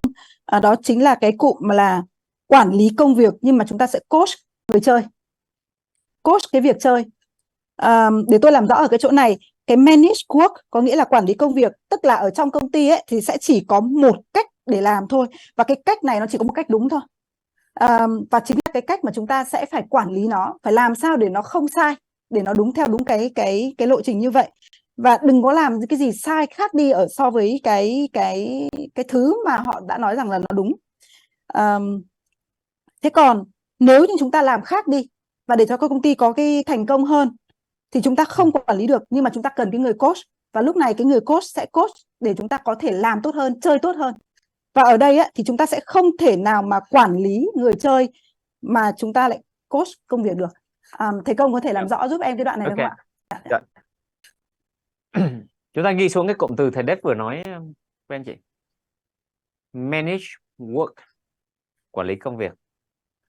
Coach people, thầy Đếp nói là coach play, nhưng mà tôi nói coach people. Manage work, coach people. Cụ thể là gì? Trong một tình huống trong cái công việc của chúng ta trong tổ chức, nếu nó chỉ có một cách làm đúng thôi thì lúc đấy chúng ta không coach gì cả, chúng ta kiểm soát cái công việc đấy. Làm đi, đây là cách đúng, không có coach gì ở đây cả, đúng không? Rồi, trong tình huống khác, khi mà cái người nhân viên của chúng ta họ có dự định họ muốn làm cái điều gì đấy thì chúng ta cần coach họ để xem là họ có thể làm cái điều đấy như thế nào. Chúng ta cho họ cái sự chủ động. Ok, rõ chưa? Okay. So hopefully this helped answer this question. So to create a coaching culture, the leader, the manager, they have to understand what the people need to do, and they have to know the difference. If this is only one way to do it the right way, you manage that. But if the person needs to grow and find their own way and be creative, then you coach that. So you have to just, as the leader, you have to know the difference. Is this work or is this play? And then if it's work, you manage. If it's play, you coach them. Ở đây chúng ta cần phải rất là rõ ràng cái vai trò ạ. Là một cái người leader hoặc là một cái người quản lý ấy, thì chúng ta phải hiểu rằng là cái người gọi là nhân viên của mình ấy, họ cần phải làm cái điều gì, đúng để đạt được cái kết quả thì đấy là cách chúng ta quản lý, chúng ta manage cái công việc. Còn nếu chúng ta giúp cho họ sáng tạo, đồng sáng tạo ra và giúp họ sáng tạo để họ có thể đạt được cái kết quả hơn thì đấy là cái cách chúng ta coach. Và nhớ rằng là chúng ta sẽ quản lý cái công việc, chúng ta sẽ manage cái công việc, còn chúng ta sẽ coach cho cái người chơi của mình hay là cái coach cho cái nhân viên, là người nhân viên của mình ạ. So thank you for this. That is such a good question, and I think so many people who come into learning how to coach, some they will become professional coach someday. Great, we love that. Some will be coach approach manager, coach approach leader, coach approach parenting. There are many ways to use the coaching mindset and coaching technique with people in so many different ways in life to be a very powerful leader, entrepreneur, manager, or you can have your own business. There's so many possibilities. Có rất là nhiều cái cách để chúng ta có thể tiếp cận đến với coach ở các cái ngách khác nhau, đúng không ạ? Chúng ta có thể coach cho CEO này, chúng ta có thể coach cho về cha mẹ này. Có rất là nhiều cách để chúng ta có thể làm, và nếu mà chúng ta muốn, chúng ta cũng có thể coi cái công việc này như là một cái kinh doanh của riêng mình, một cái công việc riêng của riêng mình. Nhiều người sau khi học coach xong á, thì họ sẽ muốn trở thành professional coach, tức là coach chuyên nghiệp, tức là coach để kiếm tiền, giống như Công đây nè, giống như Công đào tạo ra nhiều người. Và có một dạng người thứ hai, đó là họ sử dụng cái gọi là coach approach, tức là tiếp cận theo phong cách coach, mà bây giờ ở Việt Nam chúng ta hay nghe là manager as coach, là cái người sếp với phong cách coach, parent as coach, cái người cha mẹ tiếp cận với phong cách coach. Thì cái phong cách coach mà chúng ta nói đây là cùng đồng sáng tạo, cho người khác cái sự tự chủ để thúc đẩy phát huy cái tiềm năng. Thì đấy là những cái điểm đó. Có nghĩa là chúng ta học coach không nhất thiết chúng ta phải trở thành coach chuyên nghiệp, mà chúng ta có thể đưa cái phong cách coach đấy trong cái việc chúng ta làm việc, chúng ta tương tác với con cái của mình trong những cái mối quan hệ xã hội của mình.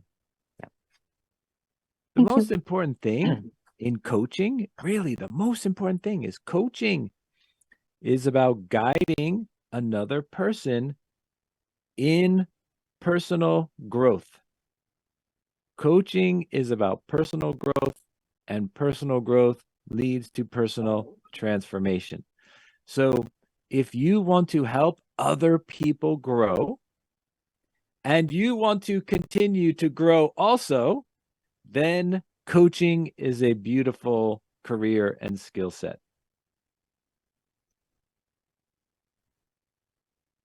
Okay. Chúng ta chú ý cái thầy Đếp vừa nói nha. Coaching là personal growth, phát triển cá nhân, chứ thầy không nói là coaching là fix problem. Chúng ta chú ý nha. Nãy giờ thầy Đếp không nói là coaching để giải quyết vấn đề, xử lý vấn đề.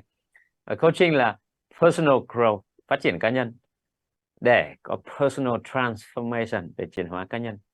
Và nếu mà chúng ta theo đuổi nó như một cái công việc sự nghiệp, nghề chính hoặc nghề tay trái, thì đấy nó sẽ là cái thứ rất là tuyệt vời, và Công có thể Đếp ở đây sẽ cùng đồng hành với chúng ta. Yeah. There's a very good question about, okay, as a coach, how can I coach, so many different people who are doing so many different things? How can I coach all of these people? Because everyone is doing something different. One person is managing a shoe factory, and then someone else is wanting to get a new job in a tech company. It's like, these are so different. They are not different. Any human dream has the same human connection skills. The same human connection skills, no matter what they want to do. So when you have the techniques to practice human connection, you can be the first life coach for anyone, because everyone needs to improve their human connection skill.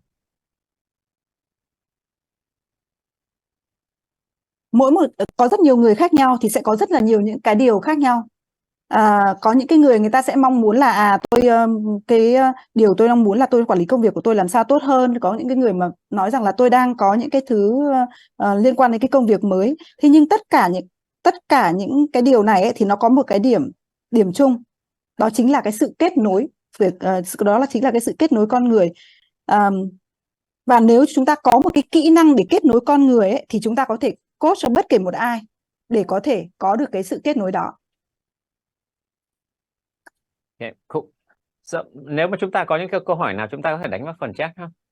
Công có một vài câu hỏi gửi hay Công có thể hỏi chúng ta, những cái người xuất hiện ở đây nè. Chúng ta còn khoảng 10 phút nữa. One question for you, Dave. As a very pioneer in the coaching industry, right, for about 30 years, right? So, and you have coached more than 1,500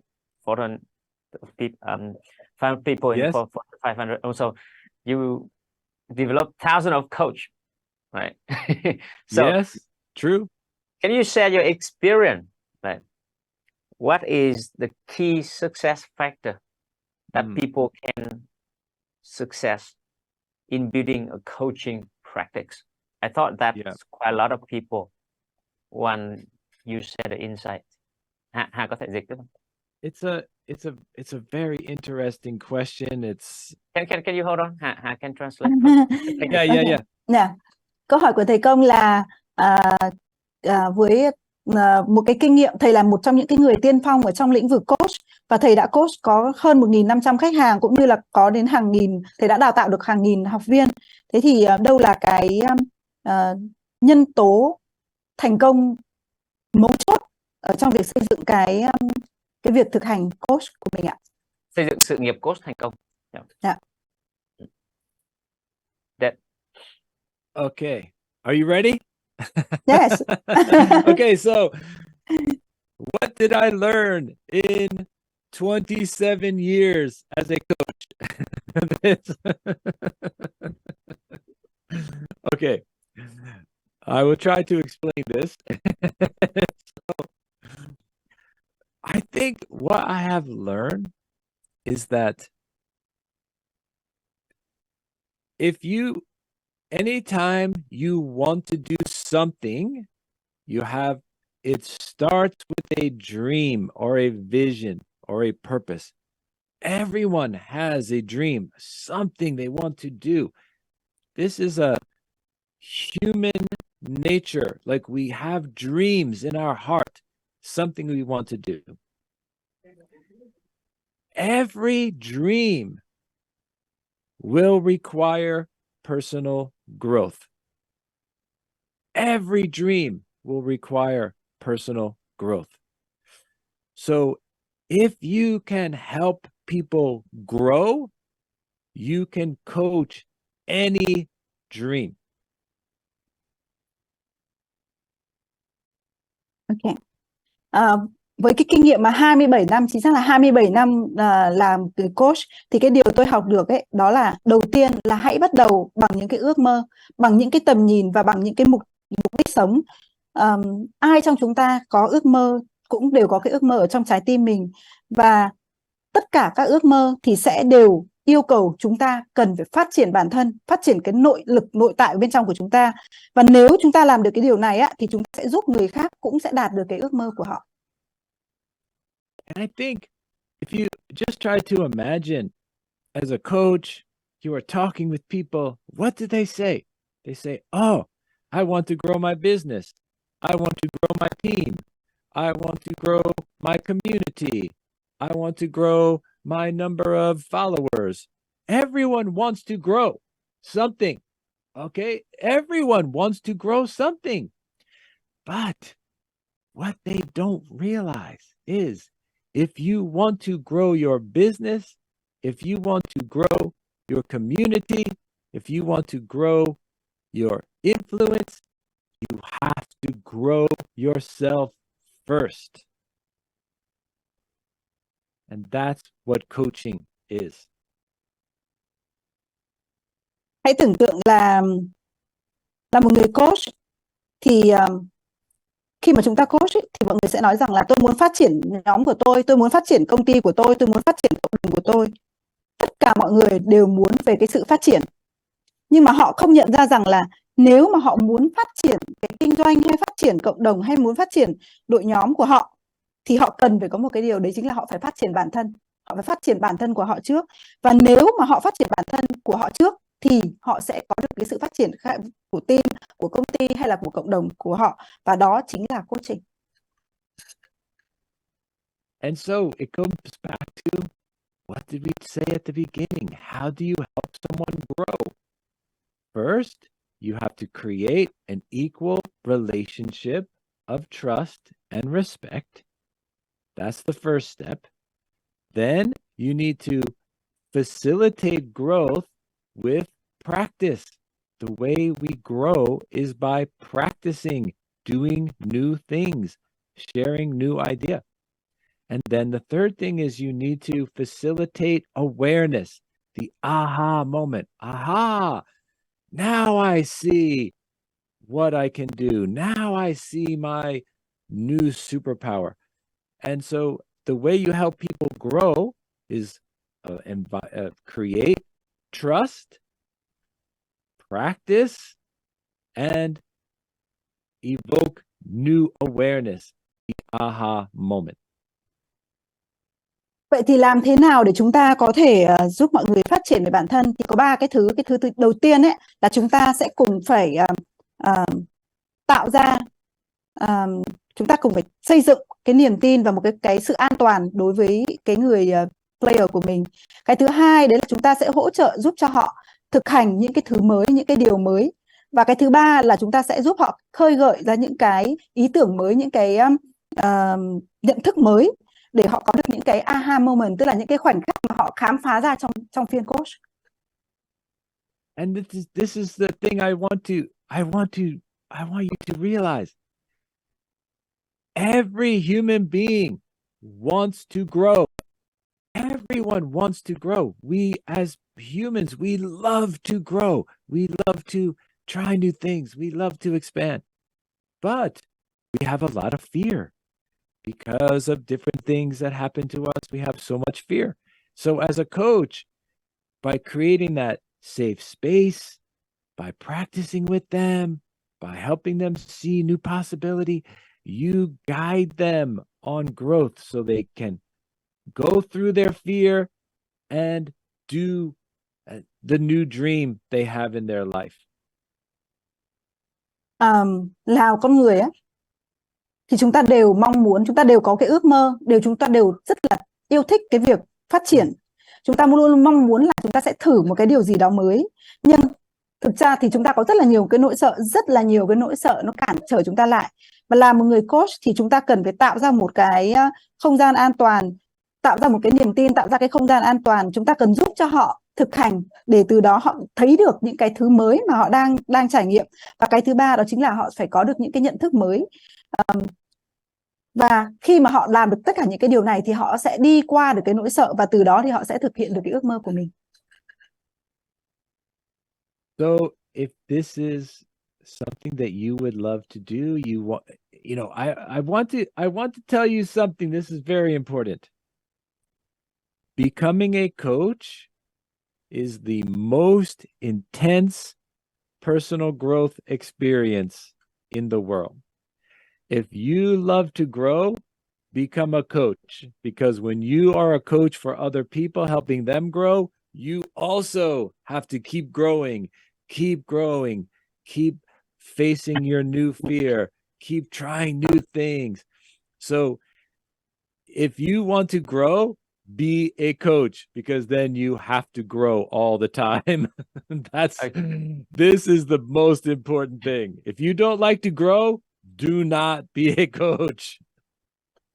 You see, Coach Steph has so much passion for growth. True. Yeah. And một cái điều công chia sẻ với chúng ta là cái mỗi khi nào công hỏi thầy Đếp những cái câu hỏi về tiền, về những cái thứ gì, hầu hết là công nhận được câu trả lời mà không thỏa mãn. Okay. Và thầy luôn luôn sẽ nói về phát triển, bởi vì thầy rất là đam mê trong cái điều đó. Đó là cái liều công yếu thôi. Thầy sẽ không bao giờ nói nhiều về bạn làm coach bạn kiếm được chuyện này tiền, bạn cái này. Thầy không phải là những cái người kiểu như vậy. Nhưng đấy là chính những cái thứ mà tại sao công lại coach, công lại mentor với thầy trong 4 năm học với thầy, là mentor coach với thầy. Nha, chia sẻ cộng thêm. Yeah. Và chúng ta chỉ còn có 2 phút. We have 2 minutes left, Deb. So I think Yes. we're about to wrap up and we go to VIP room.